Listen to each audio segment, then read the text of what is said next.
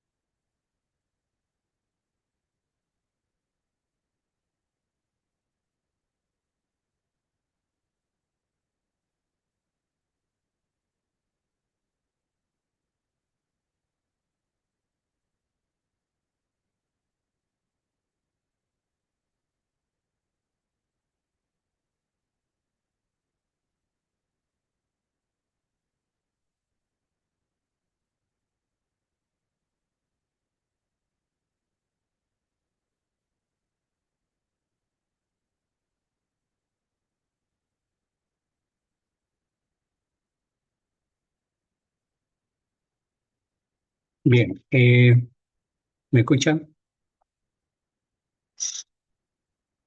Sí, doctor. Ok, bien la imagen, ¿no? Entonces, hoy día nos corresponde hacer la teoría de enfermedades parasitarias de la piel. Dentro de las enfermedades parasitarias de la piel hay varias entidades.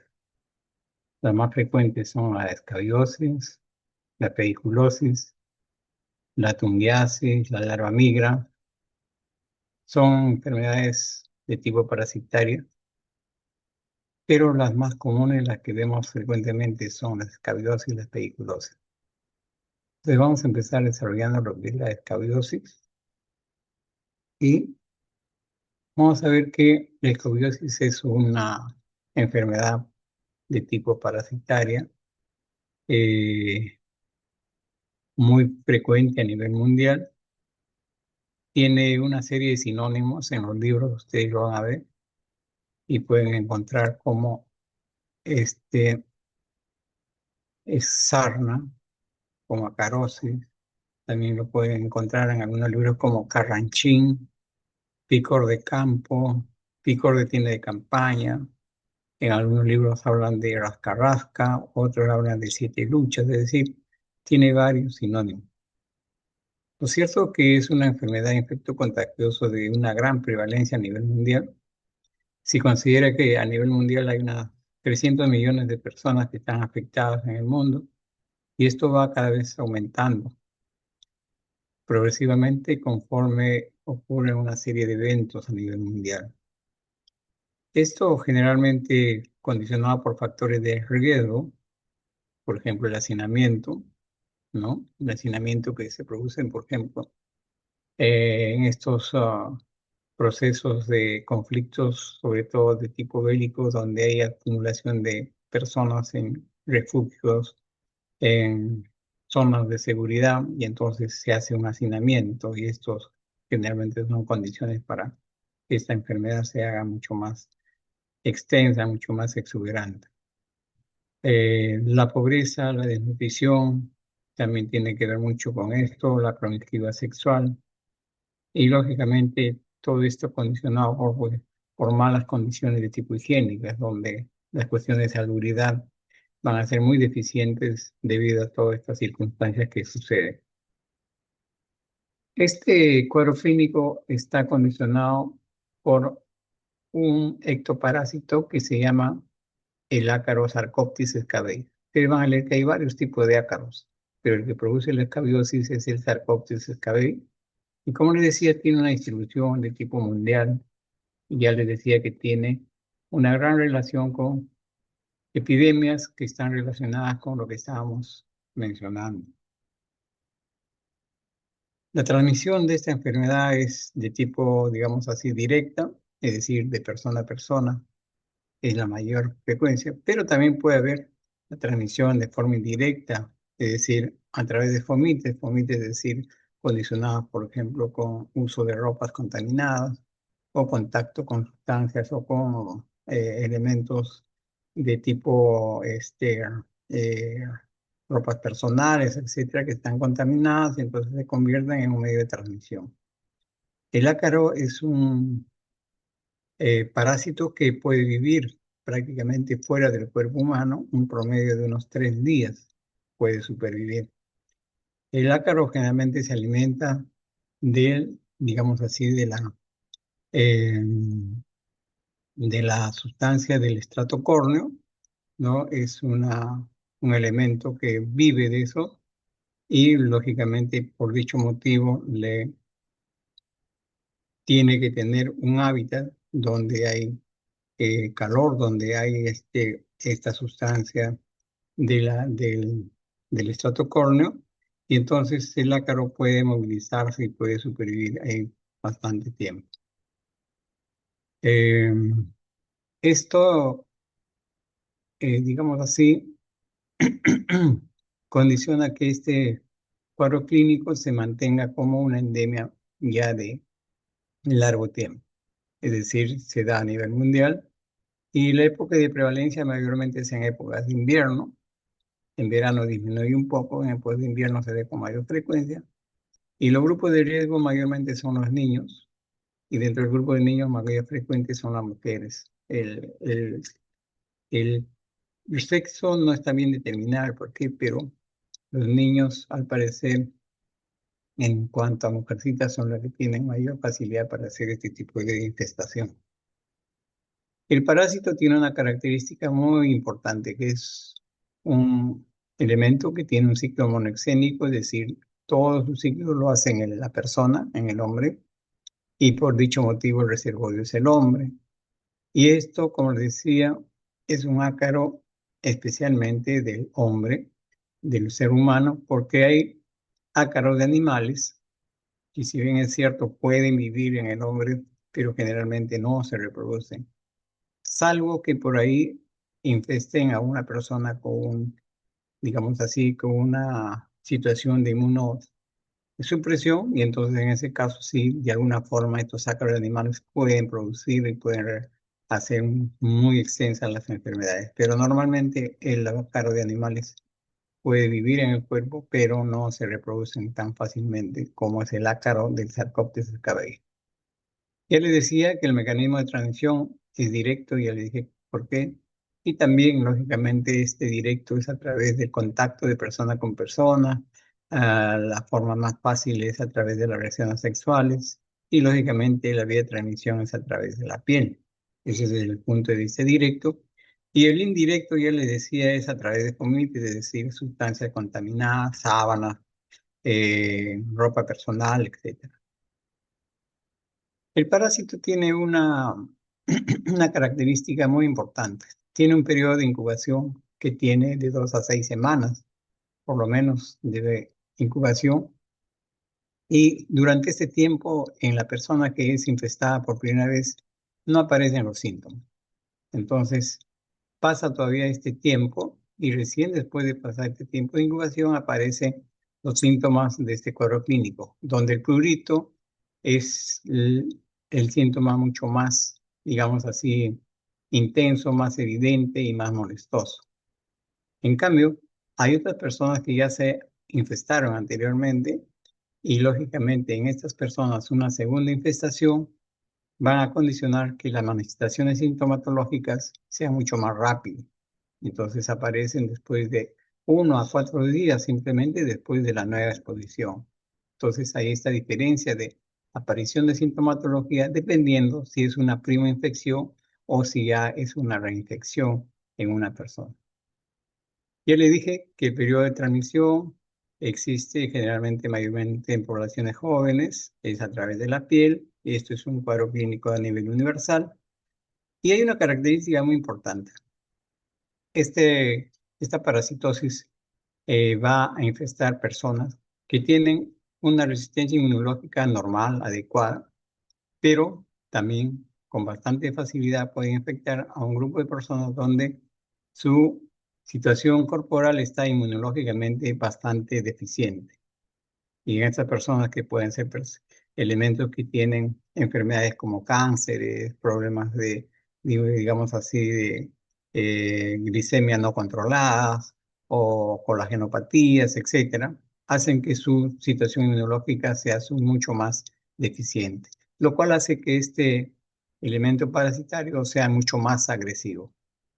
Y al ser más agresivo, presenta lesiones lógicamente también mucho más exuberantes, mucho más extensas, mucho más hiperqueratóxicas, y a esto se le llama sarna noruega.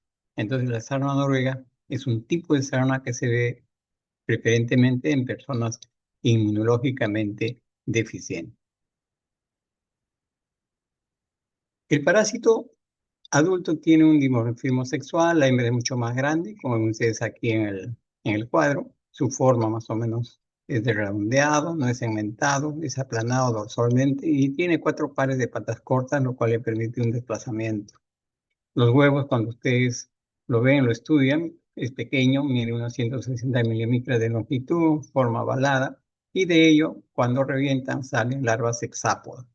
Ese es más o menos el ciclo, como estos parásitos se van a ir reproduciendo. La metamorfosis es incompleta. ¿Y qué es lo que ocurre? Estos elementos parasitarios van a empezar su ciclo en la superficie de la piel. Los elementos juveniles, tanto machos y hembras, copulan en la superficie de la piel. Una vez que ocurre esto, el macho muere inmediatamente y es la hembra la que queda viva y se introduce en el estrato córneo de la piel y desarrolla túneles, es decir, utiliza el estrato córneo como elemento de refugio para formar túneles. Y es en estos túneles donde la hembra va depositando huevos progresivamente, en un promedio de 2 a 3 al día, y que en un transcurso de una semana o 2 semanas llega a depositar aproximadamente entre 30 a 50 huevos. Entonces, el estrato córneo es el lugar donde está la queratina y es el lugar donde se desarrollan los túneles y ahí se van a depositar estos huevos que la hembra los pone progresivamente. Una vez que la hembra ha depositado los huevos, también termina su ciclo y vive más o menos unos 4 o 6 semanas y muere generalmente en esa actividad en el túnel. Y como dijimos anteriormente, ya depositados los huevos en estos túneles, eclosionan o revientan y lo que primero que aparecen son las larvas hexápodas. Estas larvas hexápodas se movilizan y emergen a la piel. Es decir, emergen a la piel a través de esos conductos del túnel que salen hacia la zona superficial a través de un orificio muy pequeño, brillante, y se transforman ya afuera en ninfas octópodas, más o menos en un tiempo que dura de 2 a 3 días. Entonces ya afuera, en la superficie de la piel, terminan o van terminando su ciclo, ya se transformaron en sí en ninfas octópodas, y estas ninfas octópodas mudan en 2 oportunidades antes de transformarse en adultos machos y adultos hembras.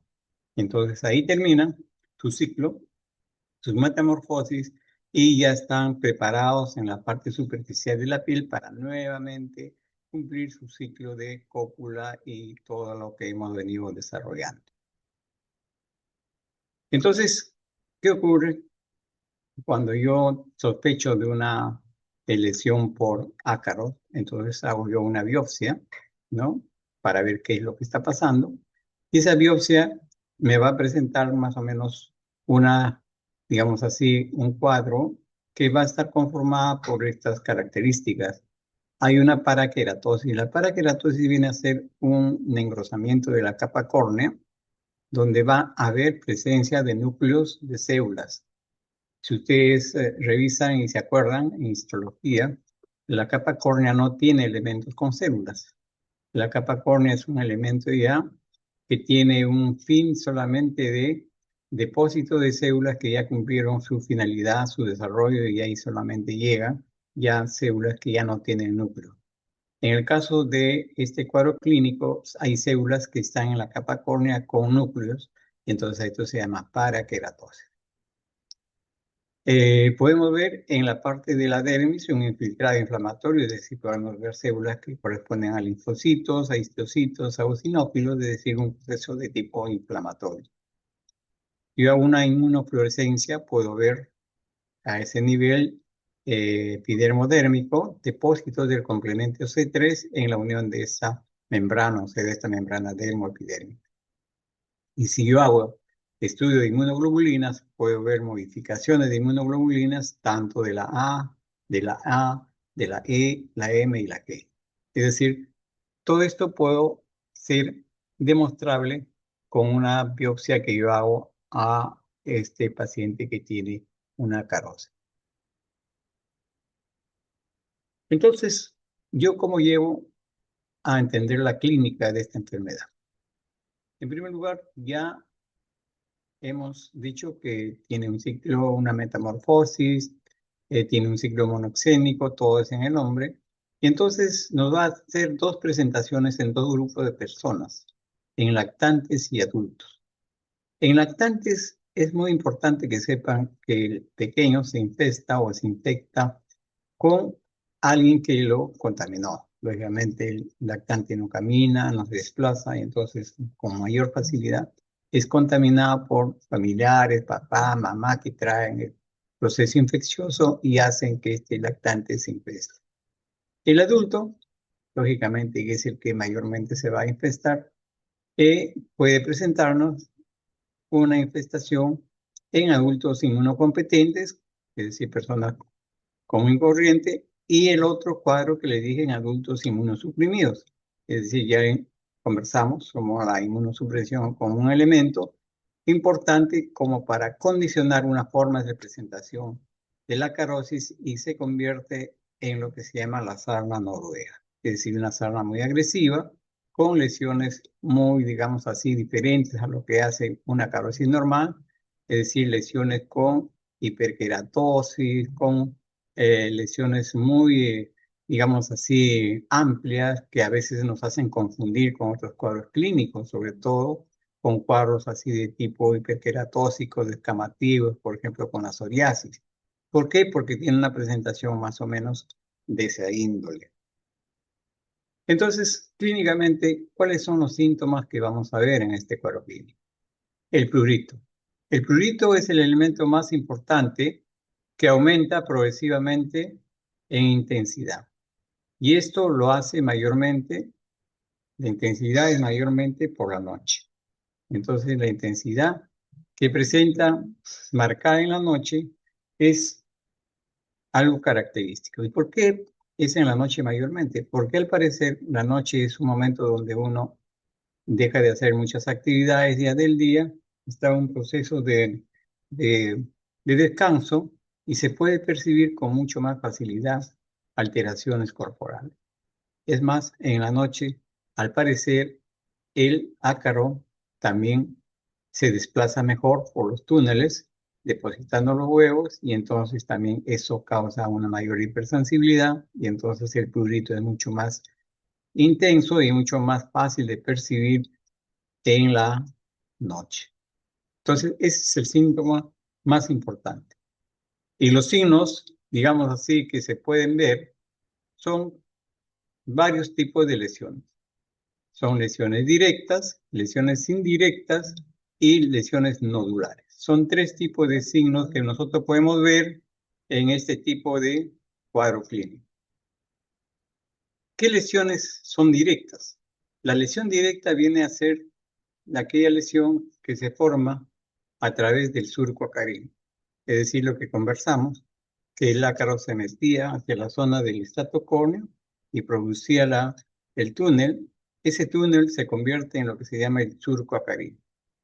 Y como decíamos, este surco acarino tiene una salida, lógicamente, y si tiene una entrada, tiene una salida hacia la zona de la piel. Y donde sale, se va a ver siempre una pequeña estructura de tipo vesicular que tiene una brillantez que semeja a una perla Y por eso que a este elemento se le denomina la vesícula perlada de Bacin. Entonces, muy característico de una lesión directa es el surco acarino con su salida hacia la zona externa a través de esta vesícula perlada de Bacin.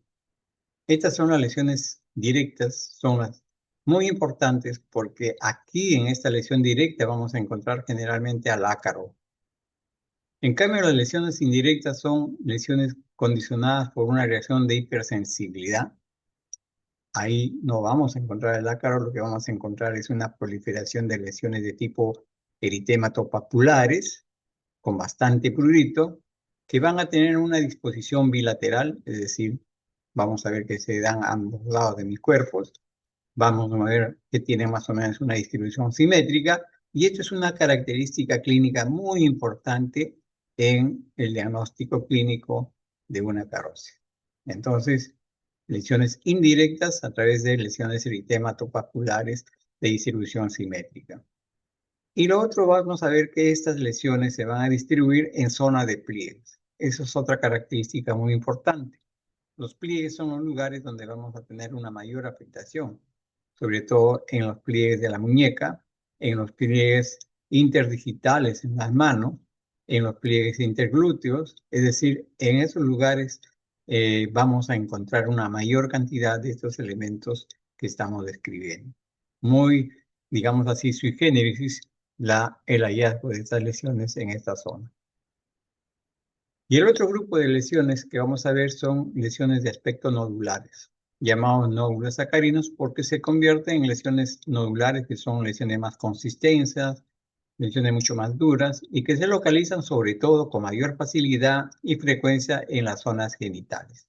Las zonas genitales son aquellos lugares donde vamos a encontrar con mayor facilidad nódulos sacarinos. Pero también podemos encontrar estos nódulos en los codos, en las axilas, en los flancos, pero con mayor frecuencia lo vamos a encontrar en las zonas genitales, tanto del varón como de la mujer. Entonces, en la zona del escroto, en la zona del pene, en la zona de la región vulvar, es decir, en lugares donde podemos encontrar los nódulos sacarinos. Como ven, son diferentes tipos de lesiones como elementos de signos de este cuadro clínico, donde lo más importante es la lesión directa, donde vamos a encontrar el surco acarino, y es acá donde vamos a encontrar la presencia del parásito. Esto más o menos es un esquema de cómo se hace el túnel en el estrato córneo, donde hay queratina, ¿no? El ácaro vive de la queratina, se alimenta de la queratina, entonces se entra al estrato córneo, hace el túnel, aquí depositan los huevos, ¿no? Después la hembra muere, ¿no? Y después ya la larva se convierte en una larva hexápoda, ¿no?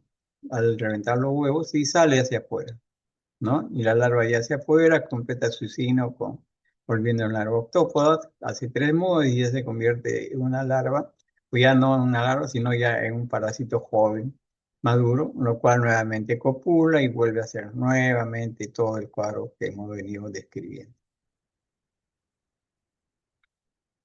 Entonces, ¿cómo hago yo el diagnóstico de este cuadro clínico? Ya tengo los síntomas, tengo los signos, entonces eso se convierta en el elemento clínico.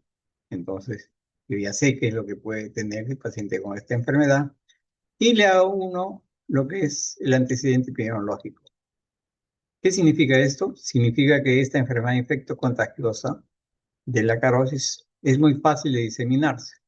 Dijimos que los lugares de emanación eran aquellos lugares donde había aglomeraciones de gente. Entonces es muy fácil que una persona que está contaminada desde un núcleo pequeño donde hay varias personas, como por ejemplo una casa, el hogar, pueda prácticamente diseminarlo a sus familiares. Es decir, alguien viene de la calle trayendo la infestación, infectado en alguna parte, de repente en el colegio, en la universidad, en cualquier lugar, y llega a la casa. En la casa se convierte en el elemento que empieza a diseminar el proceso infeccioso. Entonces, ¿qué cosas van a ver ahí? Infestados, o sea, personas infectadas. Entonces es muy importante que ustedes cuando tienen un paciente con esta sospecha pregunten si en el núcleo o en la familia hay alguien que más tiene picazón, que alguien tiene algo semejante a lo que tiene, y alguien le dirá, o el paciente le dirá que sí, de repente en mi casa, o de repente en el colegio, o de repente en el grupo de amigos, alguien también tiene algo muy parecido a mí. Entonces, esos son los datos epidemiológicos que me va a servir para yo hacer ya, digamos así, la unidad clínica con los signos y síntomas más este dato epidemiológico. Si ustedes clínicamente lo han determinado, han detectado a través de lo que ya hemos descrito, entonces hacen su diagnóstico. Pero si por hubiera alguna duda, entonces podemos echar mano a lo que se llaman los exámenes de laboratorio. El examen de laboratorio más usado es el examen directo o ácaro test. Entonces, ¿qué significa el ácaro test? Significa tratar de encontrar al parásito o resto del parásito o, digamos así, defecación del parásito en estas muestras del examen directo. Es decir, con una hoja de bisturí se saca un raspado de estas zonas que podría albergar al parásito. ¿Cuál es el lugar donde hemos dicho está el parásito? Hemos dicho que está en el surco acarino. Entonces yo tengo que tratar de buscar el surco acarino, aquella lesión que tiene esa vesícula perlada, y de ahí yo tendré que hacerle el raspado. Si hago ahí el raspado, voy a encontrar de seguro si es el cuadro clínico al parásito o parte del parásito o ese del parásito. Pero si yo hago el examen directo en las lesiones secundarias, o sea, en aquellas lesiones papulares, eritematosas, pruriginosas que se forman por una reacción de hipersensibilidad, ahí no voy a encontrar nada. Entonces ustedes van a tener un falso negativo. Entonces ya saben de dónde tienen que hacer el examen directo o a carotera. Entonces ustedes hacen un raspado, que es una cosa muy sencilla de hacerlo y se puede hacer en cualquier lugar, donde solamente lo que necesitan son las láminas, portaobjetos, las cubreobjetos, y lo único que necesitan es sacar la muestra con un pequeño raspado con una hojita de bisturí, esas lesiones que han raspado, lo ponen en la lámina, le aplican hidróxido de potasio, generalmente al 10%, se puede usar del 10 hasta el 20%, le echan una gotita encima de esos restos que han sacado y lo ponen una laminilla encima. Entonces ustedes fácilmente pueden encontrar esta figura, ¿no? Entonces si obtienen esta figura, lógicamente están corroborando el diagnóstico presuntivo. Miren, este es el ácaro, entonces fácilmente lo pueden identificar si han hecho digamos así, la toma adecuada en el lugar adecuado. Una vez que hicieron su diagnóstico, viene, digamos así, el tratamiento. ¿Qué cosa es lo que tenemos que hacer? Es un tratamiento en el cual tenemos que indicar el fármaco más apropiado para este tipo de parásitos. Porque tenemos que tener en cuenta que todo medicamento tópico puede tener algún tipo de riesgo, todo elemento sistémico igualmente. Puede producir alergias, puede producir intoxicación y normalmente los productos que usamos para escabiosis son de aplicación tópica y también hay de aplicación oral. Las indicaciones es que uno tiene que buscar el medicamento apropiado para dicho fin en base a la edad del paciente, en base a la situación fisiológica del paciente. Hay una cosa que siempre tenemos que tener en cuenta, que no debe aplicarse estos tratamientos tópicos sobre la cara y sobre las mucosas.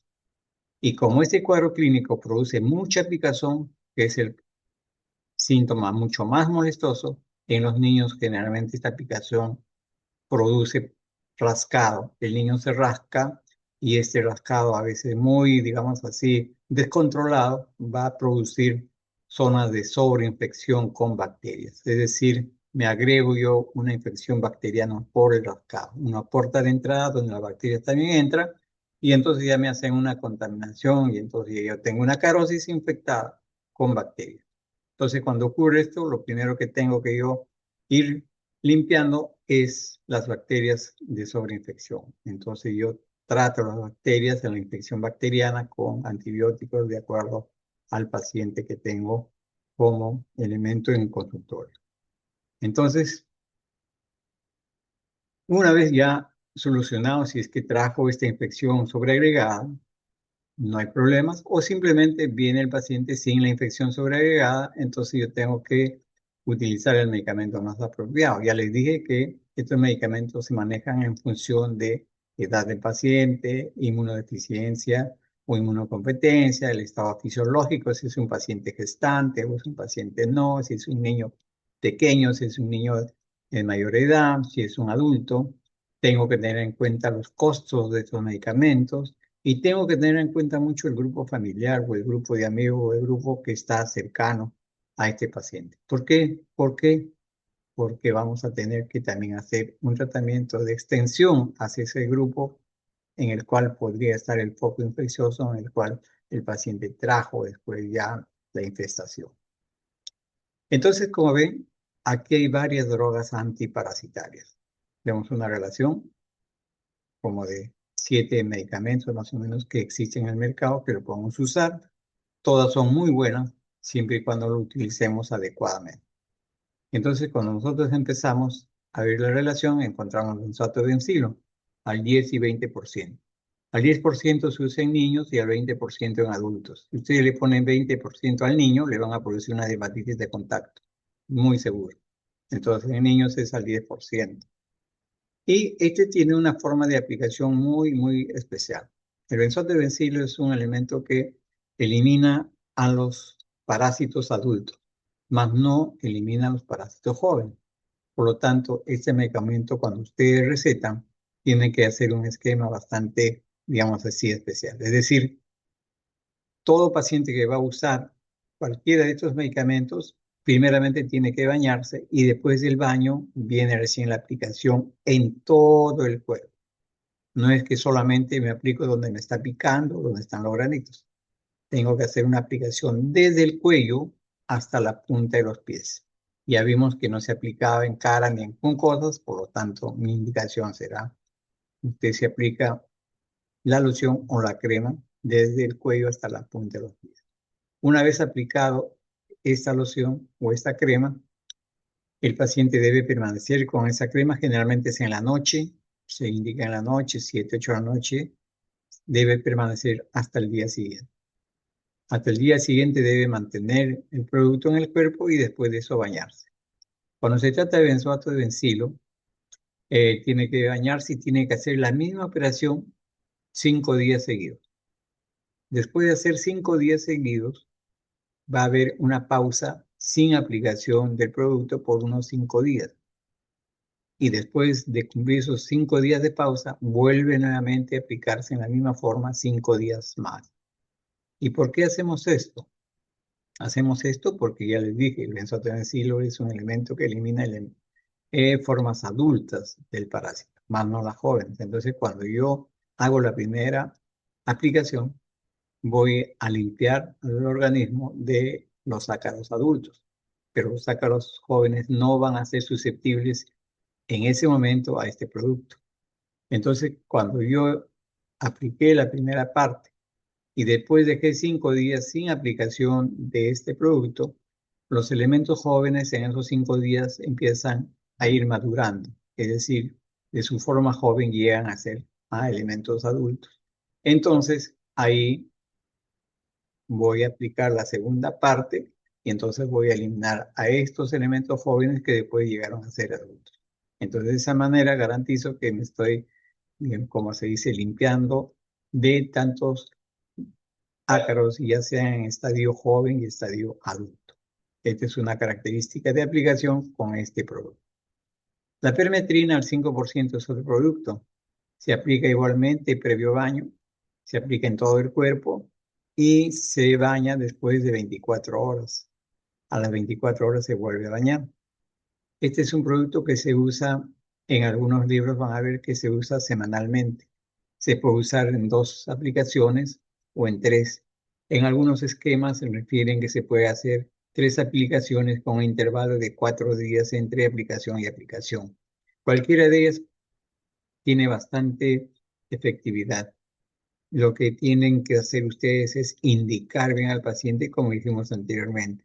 Baño previo y una aplicación total de todo el cuerpo, no solamente donde están las pequeñas lesiones o las zonas de prurito. Todo el cuerpo debe ser impregnado como si uno estuviera pintando el cuerpo. Otro producto es el hexacloruro de gamma benceno, que esto es también un producto muy bueno que se utiliza de la misma forma que el benzoato de bencilo, pero no con un ciclo repetitivo, sino 5 días de aplicación seguida es suficiente. Entonces, esto podemos usarlo, también es buen producto, sobre todo en adultos, pero no está indicado en niños ni en gestantes, porque puede producir fácilmente neurotoxicidad. Debido a este efecto secundario, este hexacloruro de benceno no lo usamos en niños pequeños ni tampoco en gestantes. La vaselina sulfada es una vaselina sulfada al 5%, es un producto muy antiguo. Antes se utilizaba esto bastante porque el azufre era lo único que a veces existía desde hace muchos años, desde cuando digamos así, se empezó a manejar esta escabiosis, que la escabiosis pues tiene una antigüedad muy de muchos años, está referido en los libros que desde el 1600 más o menos y picos, ahí fue identificada por primera vez y desde esa época pues ha tenido múltiples formas de eliminarlo. Y el azufre era uno de los medicamentos usados en la eliminación de este parásito. Y entonces la vaselina azufrada al 5% es un producto excelente. Se aplica igualmente y en la forma anterior que les dije, entonces da muy buenos resultados. Digamos así, la contraparte es que con el azufre es una sustancia amarillenta. Entonces, cuando se impregna en la piel queda de un tono amarillento y esto a veces estéticamente es algo muy no deseado con un paciente. Entonces, por eso que la vaselina azufrada a veces no se utiliza actualmente ya muy frecuentemente como era antes, pero sí es un producto muy barato, porque esto cuesta muy barato, y cuando hay digamos así, un tratamiento de grupos grandes, donde no hay posibilidades económicas, se puede usar esta vaselina sulfurada al 5%. El crotamitón es otro producto al 3% que se usa excelentemente en niños, sobre todo en pequeños. Este es un medicamento muy efectivo en niños muy pequeños. Igualmente, el tratamiento es tal como hacíamos para los anteriores productos, como el hexacloruro de benceno, 5 días seguidos, previo baño, dejar el producto 24 horas y después bañarlo, y da muy buenos efectos. El tiabendazol es un medicamento un antiparasitario oral, la ivermectina igualmente, la ivermectina lo usamos hace bastante tiempo, lo usamos en gota, ¿no? Y generalmente se utiliza la ivermectina en un promedio de 200 microgramos por kilo, más o menos lo que significa una gota por kilo de peso, y se repite generalmente a la semana, es decir, es un tratamiento semanal por vía oral. La ivermectina, ustedes habrán escuchado que se está usando para el COVID, lógicamente, ¿no? Pero es un producto que desde mucho antes se utiliza para acarros. Lo que produce la ivermectina hace una hiperpolarización y paraliza el ácaro. Y de esa forma el ácaro prácticamente muere. Entonces, este es un medicamento que lo podemos usar en pacientes adultos, no está indicado en niños, en pequeños. Y como les decía, pues entonces yo tengo muchos medicamentos acá. Estos serán sujetos al estado fisiológico de cada paciente. Ya les dije, por ejemplo, en los niños pequeños yo puedo usar protamitón, puedo usar benzoato de bencilo al 10%, puedo usar la permetrina que también está indicado en pequeños, en niños menores, pero el hexacloruro de gamma benceno no, la ivermectina tampoco. Si es una paciente gestante, por ejemplo, no puedo usar ninguno de estos. Lo único que está permitido en una paciente gestante es la permetrina. Y entonces, como ven, son medicamentos que existen y cada uno tiene una aplicación dependiendo de la persona. Aquí hablamos de un tratamiento después de un intervalo de 7 a 10 días. Si los huevos sobreviven al primer tratamiento, esto está relacionado con lo que les dije anteriormente, con el benzoato de bencilo, ¿no? Ya les dije por qué se hacía 5 días, después se paraba otros 5 días para nuevamente hacer otro ciclo de 5 días de tratamiento. Entonces, lógicamente, que estos tratamientos tienen que tener una vigilancia bastante estrecha de la persona, si son menores de edad, de los papás, porque son los que tienen que hacer el tratamiento de estos niños. Y ya les decía que no se aplican estos medicamentos tópicos en la cara ni en mucosas. Tiene que haber una aplicación normal, adecuada en cuanto a cantidad del medicamento. Y lógicamente estos medicamentos no deben ser manipulados por los niños porque muchos de ellos tienen efectos secundarios. Entonces, ¿cuál es lo importante de todo este cuadro clínico? Que tiene que ver siempre lo que se llama la educación a la población y la comunidad, porque este es un cuadro infeccioso que se transmite muy fácilmente. Por lo tanto, hay que hacer un diagnóstico temprano para evitar su diseminación y hay que hacer también un tratamiento de los casos que vienen a la consulta y también de los contactos. Eso es importante porque si no el paciente se cubre y si sigue en relación con esos contactos que sigan infestados, otra vez el paciente va a caer en una recaída. Por lo tanto, es muy importante en un grupo de niños, por ejemplo, donde hay alguien que está infectado y en el colegio son el foco, entonces tiene que haber un tratamiento de todos los niños que están, ya sea en el salón, en el colegio, para que pueda eliminar este tipo de agresividad por parte de estos ácaros. Entonces, ya el control del paciente y de los contactos es importante y del medio ambiente también es importante. ¿Qué hacer simultáneamente con el tratamiento?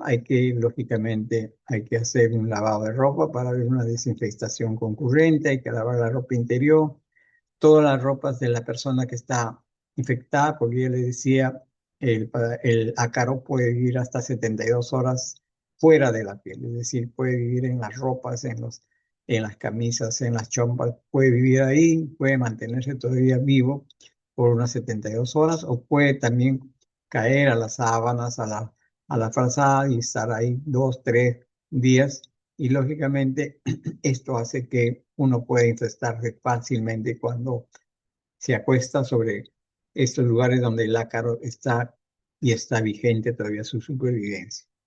Entonces hay que lavar las ropas, ¿no? Y tanto sea las de ropa personal como también las de la cama y de esta forma se irán destruyendo los ácaros. Entonces esto es muy importante para por lo menos tener la seguridad que este producto o este parásito no se disemine tan fácilmente. Ya le decía que los contactos es digamos así, el dato muy importante para eliminar esta cadena o para romper esta cadena de infestación y de la fuente que ha originado este tipo de cuadro clínico. Entonces hay que buscar estos infestados y lógicamente ya les dije que hay que hacer tratamiento también de estas personas que de alguna forma han tenido contacto con las personas infestadas. Esto se da con mucho más facilidad en la casa, donde a veces uno de ellos está infestado, pero los demás también progresivamente van infestándose y por lo tanto el tratamiento debe ser también para todos ellos que de alguna forma tienen algún tipo de relación, de contacto con estas personas que están enfermas. Entonces hay que educar a las personas, hay que indicar el tratamiento adecuado y lógicamente hay que organizar programas de tratamiento colectivo cuando se trata, por ejemplo, de un colegio donde hay algunas personas, algunos niños que están infestados, entonces lógicamente hay que coordinar el tratamiento de todo el grupo. Lógicamente, eso es muy importante eh, para romper esta cadena de extensión de esta enfermedad. Aquí hay algunos figuras donde ustedes vamos a ver, esta es una lesión secundaria, una lesión papular secundaria de hipersensibilidad. Este es un nódulo acarino. Miren el tamaño, la diferencia entre este nódulo y esta lesión secundaria, ¿no? Miren, lesión escrotal, lesión, la cara interna de los muslos, es un sitio de predilección de los ácaros, esta cara interna de los muslos, así como la zona periumbilical también, es una zona que vamos a ver con frecuencia la aparición de estos ácaros, también la zona periareolar, o sea, alrededor de la aureola mamaria, también es otro lugar, en las damas sobre todo. Y acá miren los nódulos sacarinos, perdón, los surcos sacarinos. Como ven, estas lesiones lineales son los surcos sacarinos, ¿no? Y aquí hay unos puntos medio brillantes que vienen a ser las vesículas perladas.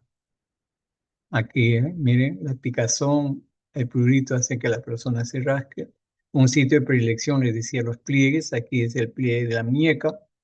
Este es el pliegue interdigital. En las manos también está bastante dañada, ¿no? Está escoriada por el rascado que produce la picazón. Este es otro tipo, ya les dije, de las lesiones interdigitales, o sea, en pliegue, como se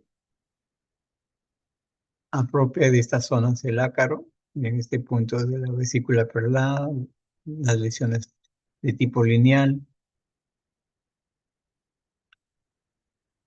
Esta es la infestación en un niño pequeño, y las lesiones eritematopapular aquí como un aspecto costroso, está infestado todo. En el niño, el ácaro no lo perdona, lo invade totalmente.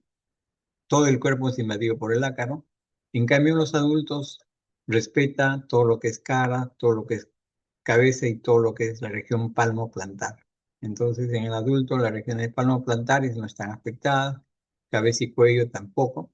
En cambio, en el niño está totalmente todo el cuerpo expuesto a la infestación del parásito.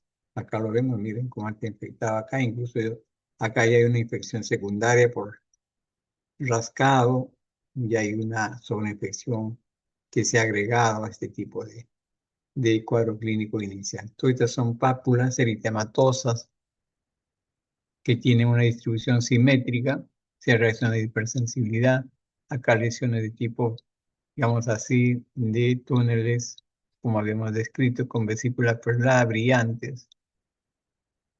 Miren acá también tomado el antebrazo, aquí el brazo y el guante está tomado, es decir, todo su cuerpo está tomado por el ácaro. Esta es una lesión de tipo nodular en la región genital, igual que hay otro. En la región de los muslos, más pequeñas, lesiones pequeñas, secundarias. Y esta es la sarna noruega. La sarna noruega que produce una hiperkeratosis, es decir, la piel se engruesa, muy parecido a una psoriasis, como vemos acá. Miren acá, entre los dedos de las manos, estas lesiones hiperqueratósicas gruesas que se fisuran incluso la mano. Miren, entonces esto fácilmente nos podemos confundir con un cuadro de psoriasis y darle tratamiento para psoriasis cuando en realidad no es eso, sino es una sarna de tipo noruega. Acá igualmente la sarna noruega, miren cómo describe estas lesiones lineales, que son los surcos sacarinos, ¿no? Y estos puntos brillantes que vemos acá, que son lo que se llaman las vesículas perladas. Las vesículas perladas de Basín, que son los lugares por donde el túnel sale, desemboca hacia la zona externa o exterior. Esto más cerca, miren la mano de un paciente con sarna noruega, miren esta piel hiperqueratósica, una piel que semeja a una psoriasis, y lógicamente esta resequedad origina fisuración. Y aquí vemos la piel cómo se fisura, como si estuviera cortada. Y esto para que puedan ver que un niño muy pequeño es prácticamente tomada todo su cuerpo. Miren, las regiones plantares son tomadas, las lesiones se diseminan en todo su cuerpo, la región perivulvar, igualmente todo está copado de lesiones de tipo acaroso. Igual la palma totalmente infestado. Miren todas las lesiones. Incluso acá una lesión de tipo pustulosa, ya por una infección bacteriana, o sea, por el rascado que producen por la aplicación intensa que va a sentir la pequeña o el pequeño. Miren, no respeta. En cambio, en el adulto respeta palmas y plantas, en cambio, en el niño muy pequeño no respeta ninguna parte del cuerpo.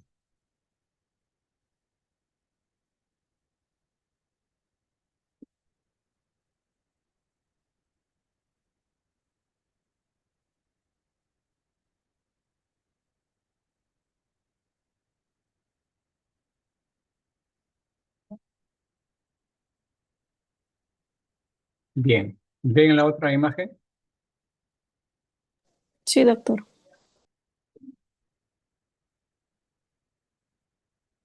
Bien. Entonces ahora pasamos a lo que es la pediculosis.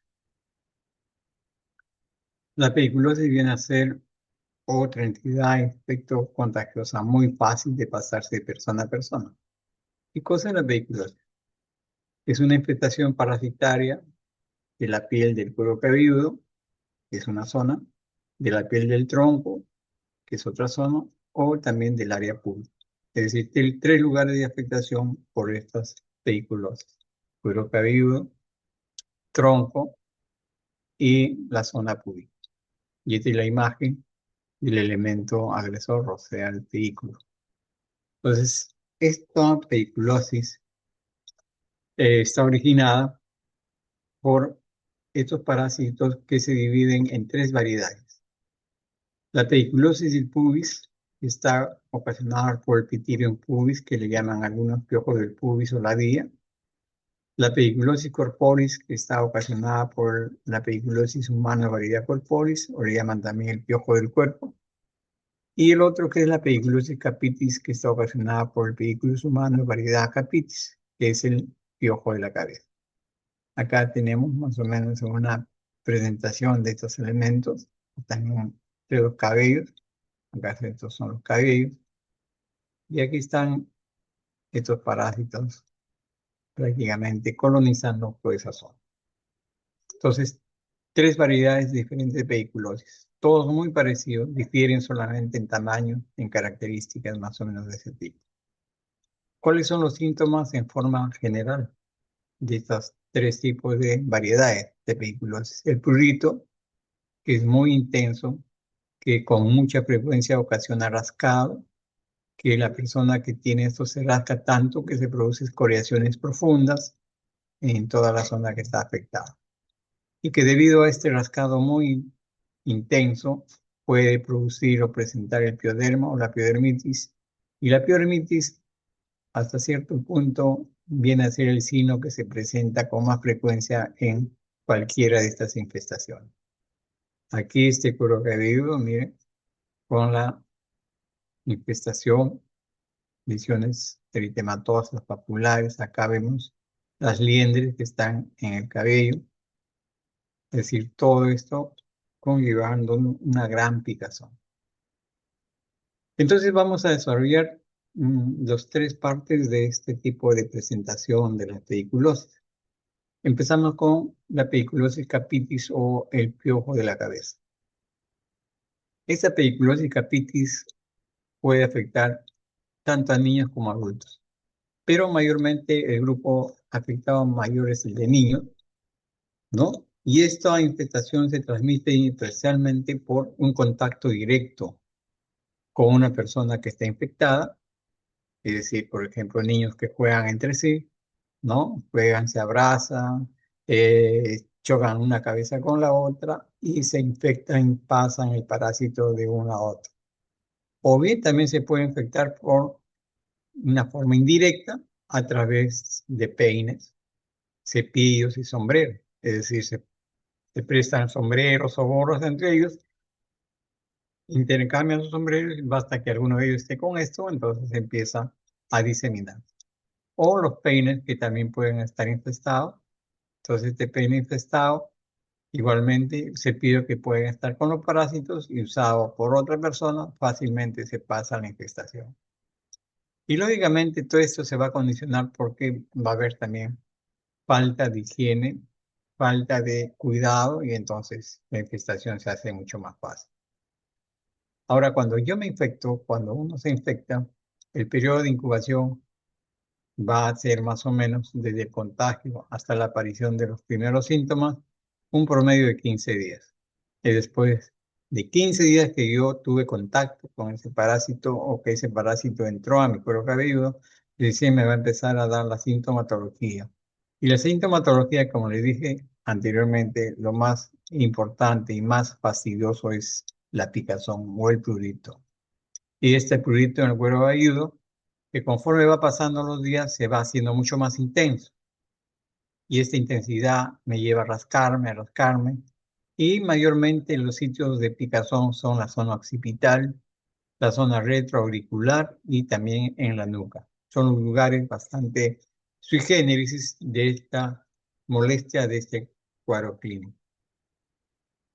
Entonces, yo tengo un paciente que llega a la consulta y me dice mayormente que me pique el cuero cabelludo, que siente una picazón que antes no la tenía, y entonces uno tiene que tratar de hacer más o menos una anamnesis, preguntar si esta picazón, cuánto tiempo tiene, si esta picazón se repite o hay en algunas otras personas que viven con ella o con él, si esta picazón tiene en alguno de los amigos, tanto del colegio o de otras instituciones donde hay grupos, y todo eso me va a servir para que yo después tenga en mente un diagnóstico presuntivo. Entonces yo examinaré al paciente y lo que puedo encontrar a veces son pues liendres, ¿no? Los liendres en cantidades en un cuero cabelludo, o puedo encontrar también parásitos, los mismos parásitos que en algunos casos son pocos, en otros son mucho más, y lógicamente yo lo que voy a encontrar son costras hemorrágicas, mayormente por rascado, porque el paciente le pica y se rasca, y al rascarse origina pues unas escoriaciones, y esa escoriación lógicamente es hemorrágica, y entonces yo encuentro estas costras. Y el rascado intenso, permanente y por un tiempo hace que la zona donde yo me esté rascando se empiece a formar un, digamos así, un cuero cabelludo un poco más grueso, un poco más acartonado. Y esto es lo que se llaman ya placas eczematosas. Es decir, este rascado bastante frecuente, intenso, me va formando placas eczematosas, que mayormente se localizan, como antes dijimos, en las zonas retroauriculares y en la zona occipital, que son los lugares donde con mayor frecuencia se observa este daño. Y como les decía, yo tengo que tratar de ver, explorar, y lógicamente lo primero que puedo ver son las liendres que están adheridas a los pelos a través de una proteína muy dura que hace que estas liendres se peguen muy bien al pelo. Entonces, esta liendre ya me da la sospecha, me da una parte del diagnóstico, porque lógicamente si hay liendres quiere decir que hay parásitos adultos. Entonces yo trataré de ver los parásitos adultos, que a veces es difícil encontrarlo porque se mimetizan, se confunden, se esconden muy bien, y entonces a veces se adhieren de tal forma que uno no los puede encontrar, a veces no los puede ver. Pero lógicamente la presencia de múltiples liendres ya a usted le da un estigma de que existe parásitos. Y lógicamente el paciente viene con un cuadro de rascado permanente, y lógicamente ya le decía que muchos de los pacientes que vienen a la consulta por este cuadro clínico vienen trayendo un problema de impetigización, es decir, de una infección del cuero cabelludo, pero una infección ya sobreagregada por un rascado, es una infección sobreagregada por bacterias. Entonces me viene el paciente, el niño, sobre todo con el cuero cabelludo impetiginizado, con secreción, y lógicamente esta infestación secundaria me va a traer como respuesta adenopatías, es decir, adenomegalias occipitales, es decir, con pequeñas tumoraciones en la zona occipital, y lógicamente esto alarma a los papás que le vean pequeñas o tumoraciones grandes en esta zona. Y esto simplemente es una agresión de los ganglios debido a este proceso infeccioso. Entonces, ya le decía que cuando viene un niño, un paciente que les dice que me pica mucho el cuero cabelludo, y que viene sobre todo muy eh, con lesiones de tipo exudativas, ustedes siempre piensen primero en que tienen que tratar de descartar una parasitosis, en este caso una pediculosis. Entonces, hagan el examen, miren bien, busquen al parásito si que lo pueden ver, pero si ya encuentran liendres, lógicamente les está diciendo que aquí existe presencia de parásitos adultos. Como les decía, en algunos casos el parásito adulto es escaso, no se detecta, pero ya la presencia de liendres les va a dar a ustedes el diagnóstico de este cuadro clínico. Y acá está, miren, una liendre que están ahí, que son las que se puede ver acá. Y acá el parásito adulto ya que se esconde muy bien, que se, digamos así, se pega muy bien al cuero cabelludo. Ahora el parásito, en este caso, vive de la sangre. El anterior cuadro clínico dijimos que el parásito vivía digamos así, de la queratina. En cambio acá el parásito busca sangre para poder supervisar, por lo tanto busca succionar, busca hacer extracción de sangre para poder alimentarse. Entonces, si ya determinamos la presencia de este vehículo, entonces hacemos el tratamiento. Los tratamientos que se utilizan en veiculosis son muy parecidos a las sustancias que se usaron para escabiosis. Entonces, la diferencia es que acá vamos a usar champú, porque el cuero cabello, es pelo, y entonces acá van muy bien las lociones, los champús. Entonces podemos usar champús en base al lindano al 1%, aunque yo les dije que el hexacloruro de benceno, que viene a ser el lindano, es neurotóxico, ¿no es cierto?, en niños pequeños y en gestantes. Por lo tanto, este lindano, que es el hexacloruro de benceno, no va a ser indicado en este grupo que les estoy mencionando. Pero sí, también hay permetrina al 1.5%. Ya les dije, esta permetrina sí está permitida en niños pequeños, está permitida en gestantes, y entonces este es el medicamento de elección en este grupo. En cambio, el lindano siempre será manejable para personas adultas con mayor indicación. Y también en el mercado van a ver que existen otros productos como el malatión a 0.5%, el benzoato de bencilo que usábamos así en antes, que les decíamos que tenían dos formas de aplicación para el ácaro, también lo podemos utilizar en la pediculosis. Y también podemos usar lo que dijimos en antes, la permetrina, la vaselina sulfato, todo eso también podemos usar. Se utiliza, se humedece el cabello y al humedecer el cabello se aplica esta loción o este champú, se deja ahí unos 5 o 10 minutos aproximadamente y después de eso, o algunos dejan un poco más, a veces hasta 20, 30 minutos, y después de eso se enjuaga. En muchos casos, con una aplicación simple pueden ustedes eliminar todos los parásitos, pero las liendres siempre están muy pegadas porque estas liendres generalmente están pegadas porque se mantiene una proteína que tiene un efecto cementoide, es decir, bien pegada al cabello. Entonces, una sola aplicación a veces es suficiente, pero en algunos casos no, y entonces uno tiene que aplicar a veces hasta 2 o 3 aplicaciones. En algunos esquemas de tratamiento dicen que hay que aplicar a la semana para eliminar a los parásitos que pueden estar todavía superviviendo, pero en algunos casos indican cada 4 días hacer la aplicación de lo mismo y más o menos en unas 3 sesiones. Entonces, con esto ustedes están garantizando que están eliminando al parásito. Lógicamente, la liendre, al estar muy pegada al pelo, no sale. Ustedes la lavan y se va a permitir seguir ahí pegada, pero pueden usar otras, digamos así, sustancias para eliminar digamos así, las liendres.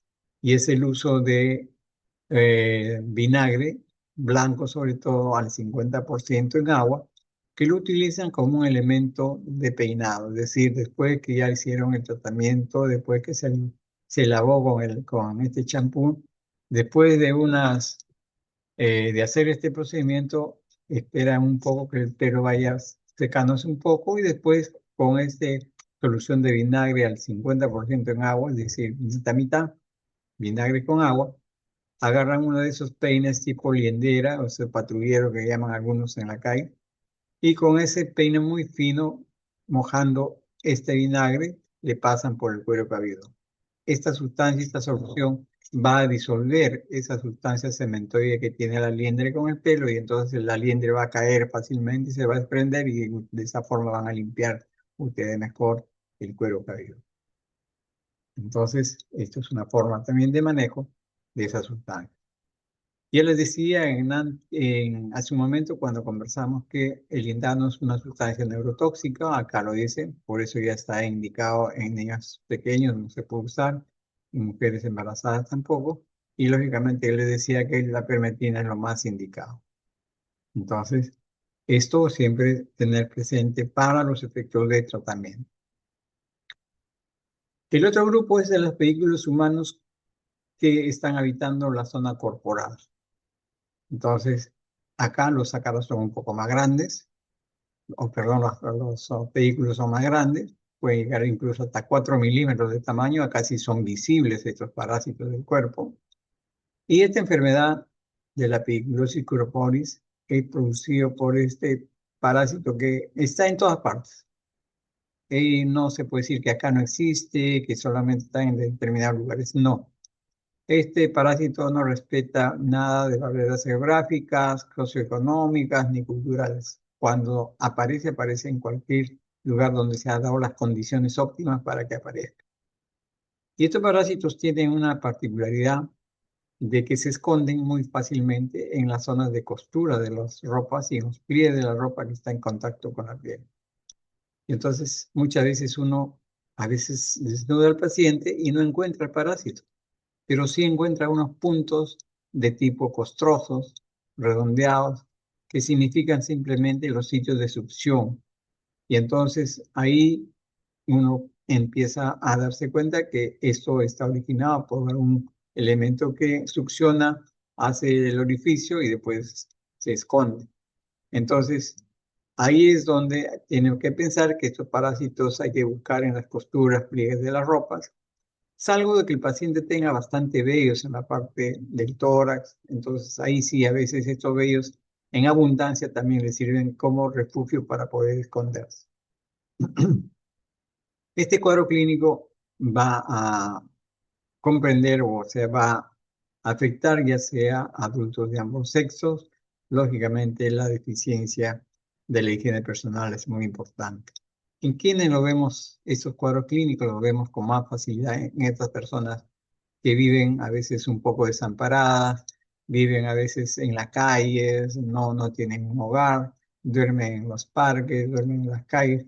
En esas personas que se agrupan, digamos así, entre ellos, es donde se ve con mucha frecuencia esta diseminación. Entonces, la etiología es, como les decía, la infección es a través de un contacto corporal directo, a través del cuerpo o del cuerpo con cuerpo y otra vez también a través de las sábanas o ropas infestadas. Es decir, si yo tengo una ropa que lo utilizo y la otra persona también, generalmente pues es una forma de pasar y de transmitirse esta enfermedad. Y entonces yo puedo encontrar en estas ropas, en los pliegues sobre todo, estos parásitos. Y cuando yo lo encuentro al parásito en el cuerpo, lo puedo encontrar en diferentes sitios. Puedo encontrarlo que están desplazados en el cuello, en el tronco, en las axilas, en la cintura. Pueden estar también en las nalgas, en las ingles y en otros sitios donde haya algo de presión. Y como les decía, el piojo del cuerpo es el más grande que el de la cabeza y mide un promedio de 2 a 4 milímetros. Ustedes saben que ver un parásito de 4 milímetros ya es muy fácil. Es un parásito ya de mayor tamaño que fácilmente se puede visualizar. No es como el parásito de la pediculosis capitis, que es un parásito más pequeñito. En cambio, estos son parásitos ya mucho más grandes, mucho más fácil de poder encontrar. Entonces, cuando yo tengo un cuadro de esto, yo hago el hallazgo de la clínica y entonces miro esto en la zona del tórax y puede ver lesiones eritematosas, ¿no? De tipo puntiforme, como vemos acá, mire, que simplemente corresponden a los orificios de succión creados por el parásito para sacar o para aspirar sangre para poder vivir. Entonces, estos son lugares de succión. Y después de la succión que hace el parásito, esta zona se inflama. Al inflamarse se levanta y dan la imagen como si fueran pápulas de tipo urticariforme, como si fueran jabones, pero son simplemente pápulas por el proceso inflamatorio que hay después de lo que el parásito succiona para obtener su alimento. Entonces son pápulas tuqueriformes muy pruriginosas, pican bastante y lógicamente cuando existen muchas lesiones como vemos acá, porque hay una infestación de bastantes parásitos, entonces el paciente o la paciente se rasca, ¿no?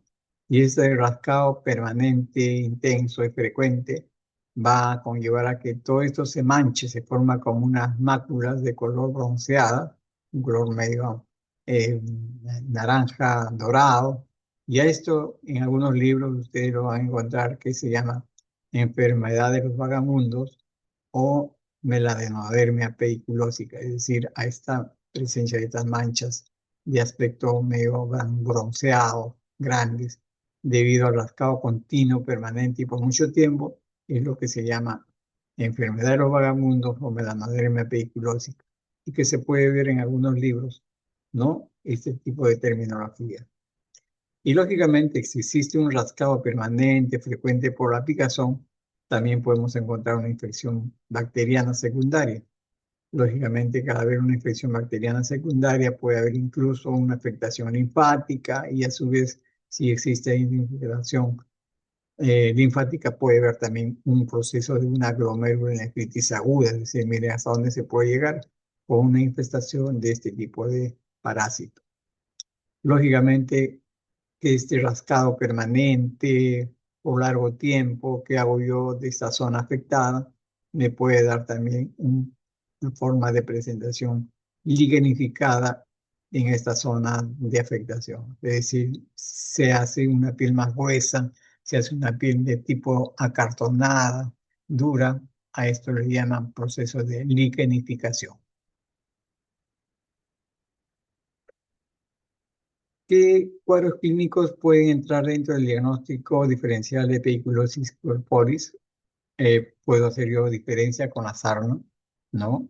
Acuérdense que con la sarna o escabiosis o carranchín o rascarasca, la sarna tenía lesiones eritematopapular en todo el cuerpo, mayormente en la zona del periumbilical, en la zona axilar, entonces fácilmente yo también puedo equivocarme y entonces la sarna es un diagnóstico diferencial.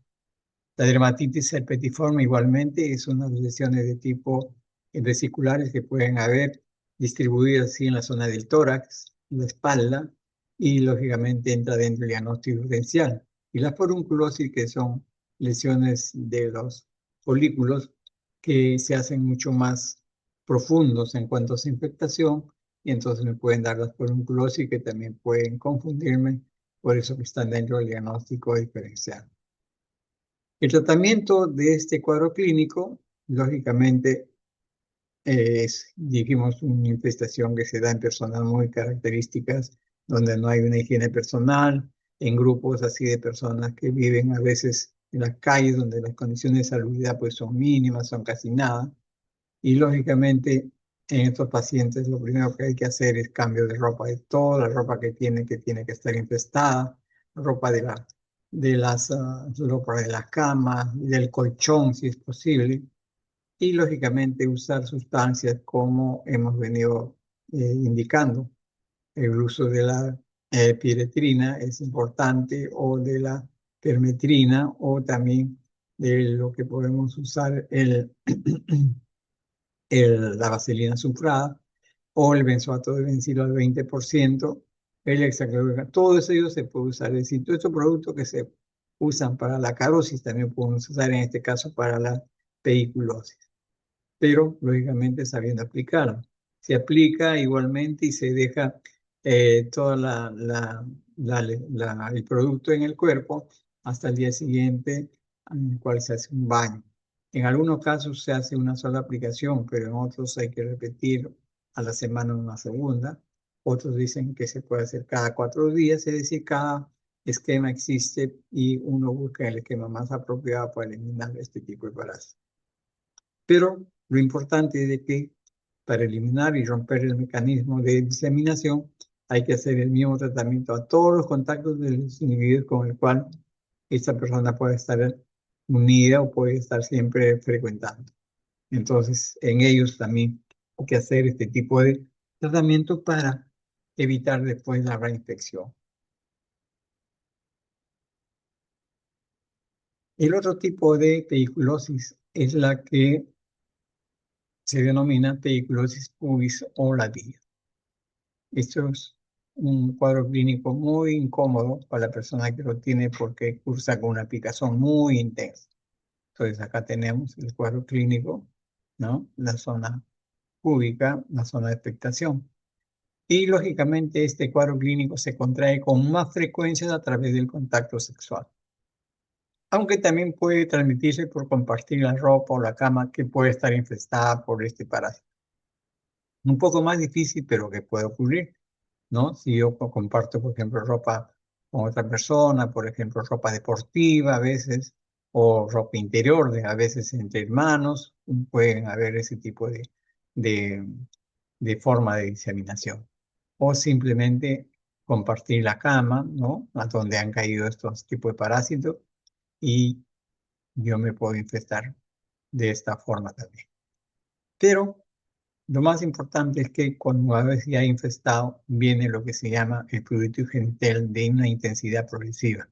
Al inicio de la lesión, la picazón es poca, pero conforme va avanzando el tiempo de enfermedad, se hace una intensificación, digamos así, muy molestosa, muy incómoda, en el cual el varón a veces siente una picazón que no lo deja de rascarse, tiene que disimular el rascado a través del bolsillo y lógicamente esto trae una incomodidad tremenda.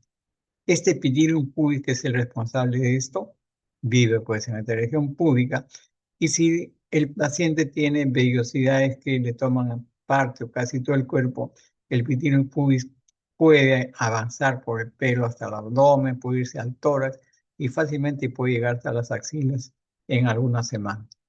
Entonces, con lo cual, la aplicación ya no es en la zona pública nomás, sino puede extenderse a la zona del tórax, a la zona de axilar, ¿no? Y lógicamente, ¿qué es lo que vamos a ver? Vamos a ver siempre unos puntitos que ustedes ven acá. Estos puntitos son de la succión del parásito. Yo les dije que el parásito vive en la sangre, necesita succionar para seguir viviendo. Por lo tanto, ¿qué es lo que ocurre? Aquí en el pubis, por ejemplo, el parásito succiona y al succionar forma esos puntitos de succión que después son pequeños coágulos muy minúsculos, muy pequeñitos, que después se caen estos coágulos. Al caerse, caen hacia la ropa interior y entonces el paciente empieza a ver unos puntos oscuros en la ropa interior que parecen un granulado, digamos así, de café. Entonces ahí es donde empieza a preocuparse y asustarse. Y esos puntitos oscuros que tienen el propio interior, sino no son más que los puntitos que corresponden a las pequeñas costras que se han formado después del periodo de succión de estos parásitos.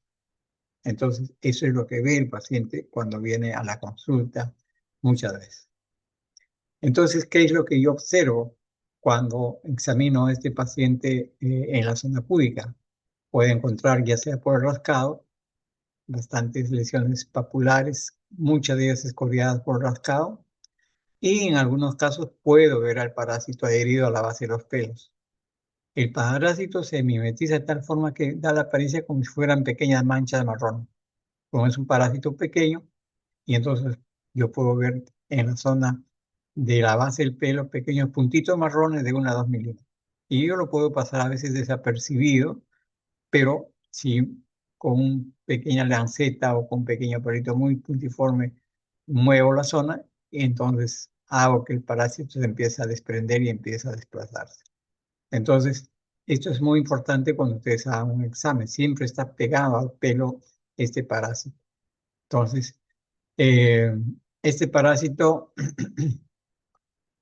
eh, debido a que ocasiona siempre la succión, succiona, aquí como está punto de succión, como ven ustedes acá, punto de succión del parásito.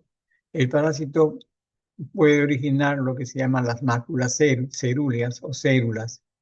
Son unas manchas azules grisáceas, más o menos de un tamaño de 0,5 a 1 centímetro, generalmente en la parte interior del abdomen y en la parte de los muslos también. Y esto va a corresponder a pequeños hematomas por succión, es decir, hay presentación de pequeños hematomas que se llaman unas máculas cerúleas o manchas azules y que son debidos a un proceso de hematomas por succión. Entonces, esto es importante. A veces vemos y nosotros nos sorprendemos que ver pequeños hematomas y a veces atribuimos a otra causa, pero no. Simplemente viene a ser estas pequeñas, digamos así, máculas debido a la presencia de estas succiones, ¿no? Que están originadas por el parásito que va haciendo progresivamente.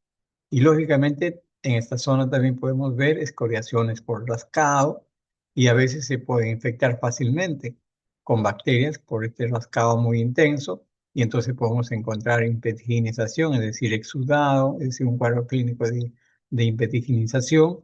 Y lógicamente este cuadro de impetiginización en esta zona me va a traer como respuesta presencia de ganglios, es decir, entonces puedo encontrar en este paciente adenopatía regional, es decir, una adenopatía reactiva en la zona inguinal, todo por presencia del parásito que me ha originado picazón y que me he rascado intensamente, me produce una impetigización secundaria por presencia de ya de bacterias y eso me trae como consecuencia una reactividad ganglionar en la zona regional. Entonces yo a veces me asusto porque veo que o siento que en la zona inguinal me sale con unas bolas y entonces eso viene a ser simplemente adenopatías reactivas a estos procesos o focos infecciosos que ya se han hecho por el rascado profundo.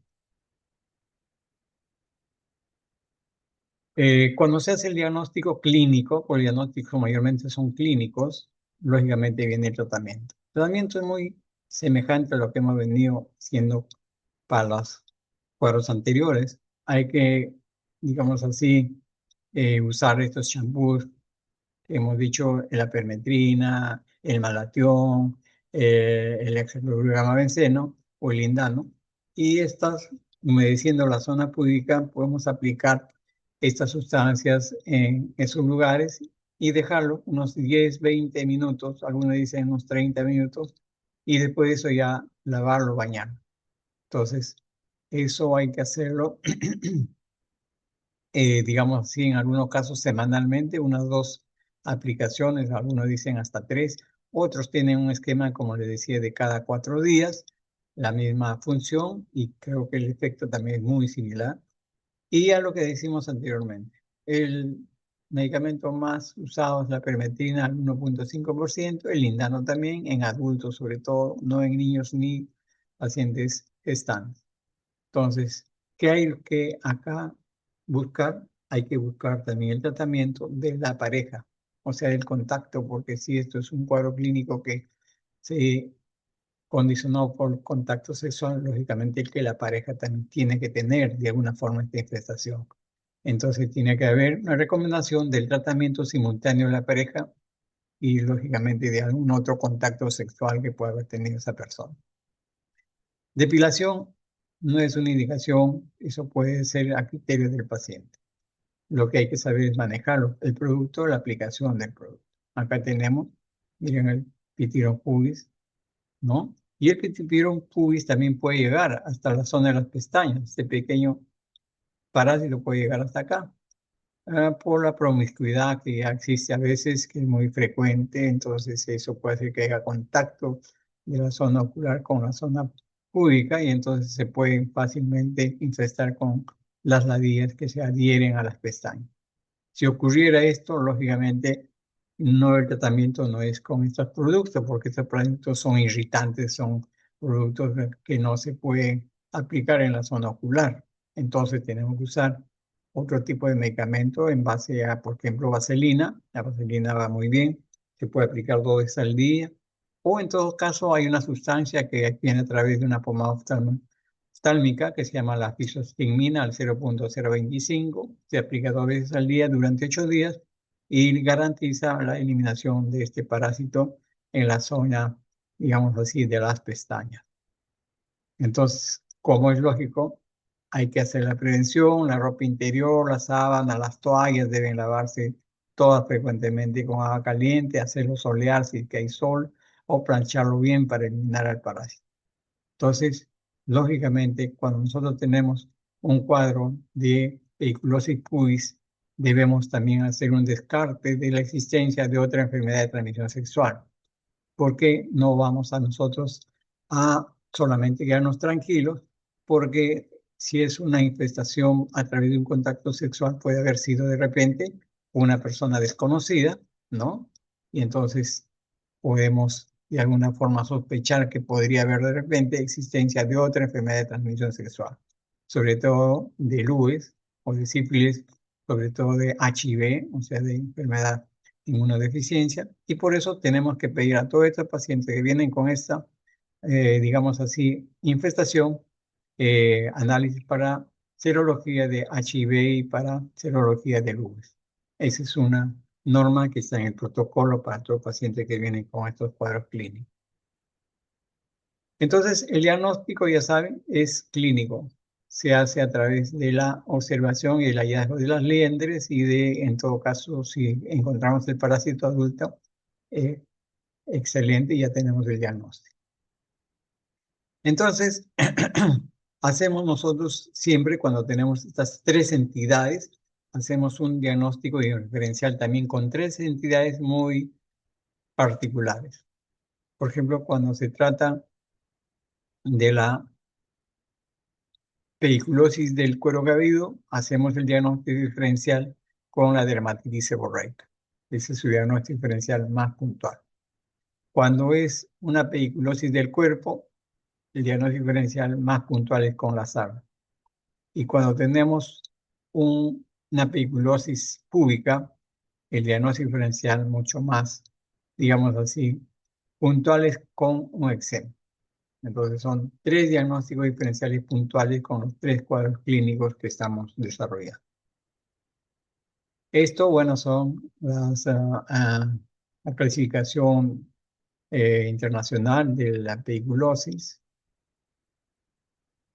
Aquí más o menos una forma de tratamiento de la loción del lindano cuando se utiliza en personas pequeñas.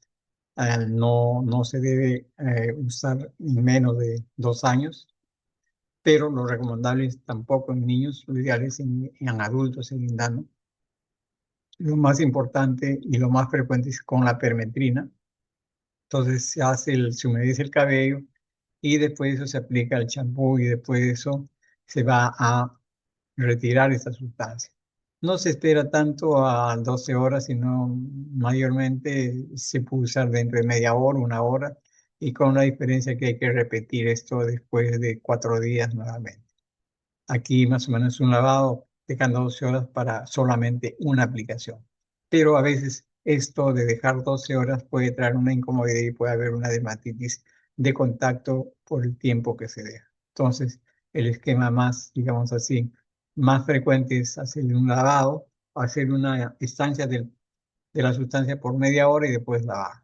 Y volver a repetir el mismo procedimiento después de 4 días y más o menos 3 oportunidades. Entonces, el permetrin es el que es más indicado, ¿no? Para este tratamiento del piojo de la cabeza y los huevos que deposita. Entonces, estas son las conclusiones que hay que saber sobre pediculosis. Decía, lógicamente, las recomendaciones más importantes son aquellos que se deben dar en las escuelas y el aseo personal es lógicamente lo más indicado. No usar pues peines, toallas de otras personas, ya que el contacto es prácticamente fácil, ¿no? El contacto a través de estas sustancias. Pero el contacto directo también es bastante fácil cuando hay personas que entre ellos juegan, se agarran, se pegan y entonces aparece este tipo de contacto directo, ¿no? Lógicamente, si hay un diagnóstico, detecta esta infestación los maestros, los profesores o los padres, entonces hay que confirmar el diagnóstico llevando al médico al centro más cercano y lógicamente se le dará el tratamiento indicado y lógicamente si hay un niño que tiene esta infestación no debe ir pues al colegio porque si no al colegio va a contagiar a todos los demás. Más bien tratará de buscar el foco para que se pueda romper esa cadena de una infestación. Y lógicamente hay que hacer un control periódico de todo el grupo donde se movilice esta persona enferma y lógicamente esto conlleva a la búsqueda del contacto en el grupo familiar o en el grupo que rodea a esta persona, ya sea en el colegio, en la universidad o en el grupo de amigos, con la finalidad de eliminar también estos contactos para que puedan esos contactos no seguir siendo focos de infestación y todos puedan curarse y de esta forma romper la cadena de infectación. Estas son las recomendaciones más frecuentes y sobre todo tienen que tener en cuenta esto. Lo más importante que debemos hacer es el examen, saber hacer un examen, hacer la detección del cuadro clínico y lógicamente la eliminación de estos elementos parasitarios y como última medida la prevención para evitar que estos cuadros clínicos se puedan diseminar tan fácilmente. Muy bien, y eso es lo que hay que hacer siempre por los niños. Ok, entonces yo creo que aquí podemos terminar este cuadro clínico para que vean el parásito.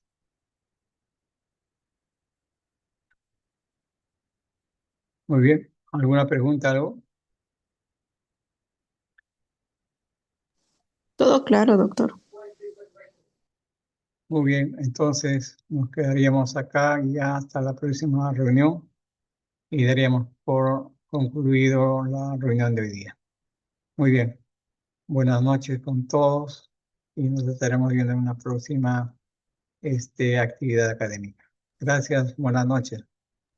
Buenas noches, doctor. Cuídese. Nos Gracias. vemos.